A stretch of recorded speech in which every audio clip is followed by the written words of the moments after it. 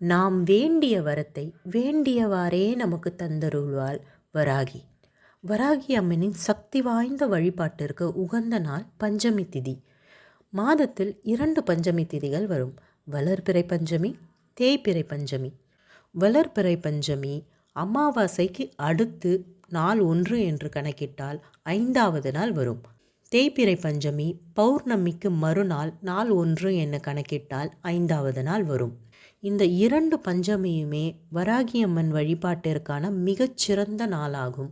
இந்த நாளில் நாம் மனதார பிரார்த்திக்கும் போது நம் பிரார்த்தனையெல்லாம் கைகூடும். வளர்பிறை பஞ்சமியில் நாம் வழிபடும் போது எல்லாமே வளரும்.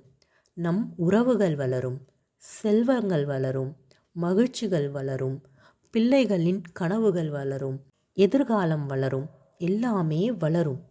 தேய்பிறை பஞ்சமியில் நாம் வழிபடும் போது எல்லாமே தேயும். நம் துன்பங்கள் தேயும், நம் எதிரிகள் தேய்வார்கள், நம் கடன்கள் தேயும், நம்மை சூழ்ந்திருக்கிற சூழ்ச்சிகள் தேயும்.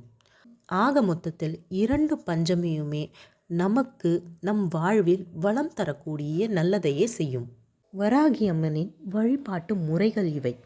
நம் பூஜை அறையில் வராகி அம்மனின் படமோ நம் பூஜை அறையில் வராகி அம்மனின் படமோ விக்கிரகமோ இருந்தால் நலம்.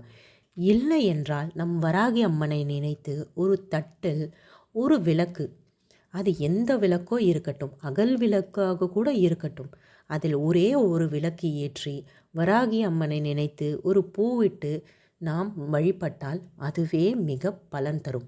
வராகி அம்மனுக்கு மிக பிடித்தமான உகந்த பூக்கள், வராகி அம்மனுக்கு மிகவும் பிடித்தமான மலர்கள் சிவப்பு மலர்களும் நீல நிற மலர்களும். சிகப்பு நிற மலர் செம்பருத்தி மலர், செவ்வரளி மலர் அல்லது சிகப்பு வண்ண ரோஜா பூ, நீல நிற மலர் சங்குப்பூ. இது யாவும் இருந்தால் நலம், அல்லது ஒன்றே ஒருந்து இருந்தால் கூட பலன்.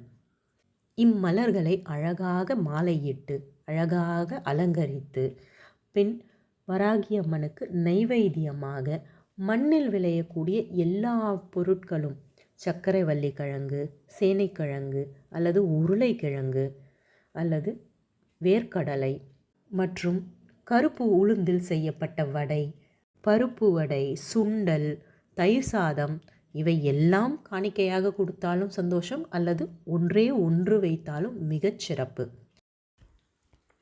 நேரம்னு பார்த்தீங்கன்னா காலையில் பிரம்ம முகூர்த்தத்தில் இந்த பஞ்சமி தேதி வந்தால் அந்த டைமில் வழிபாடு பண்ணலாம்.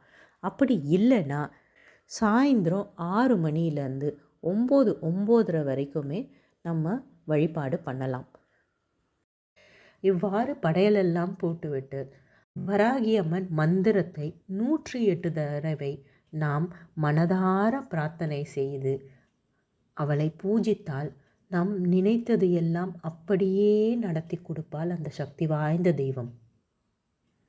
உள்மனதார பிரார்த்தியுங்கள். கண்டிப்பாக நமது கோரிக்கைகளை, நியாயமான கோரிக்கைகளை தங்கு தடையின்றி அழகாக நடத்தி வைப்பாள் அந்த தெய்வம். அதை படித்து எல்லாரும் பயன்பெறுமாறு அன்புடன் கேட்டுக்கொள்கிறேன். நன்றி. வாழ்க வளமுடன்.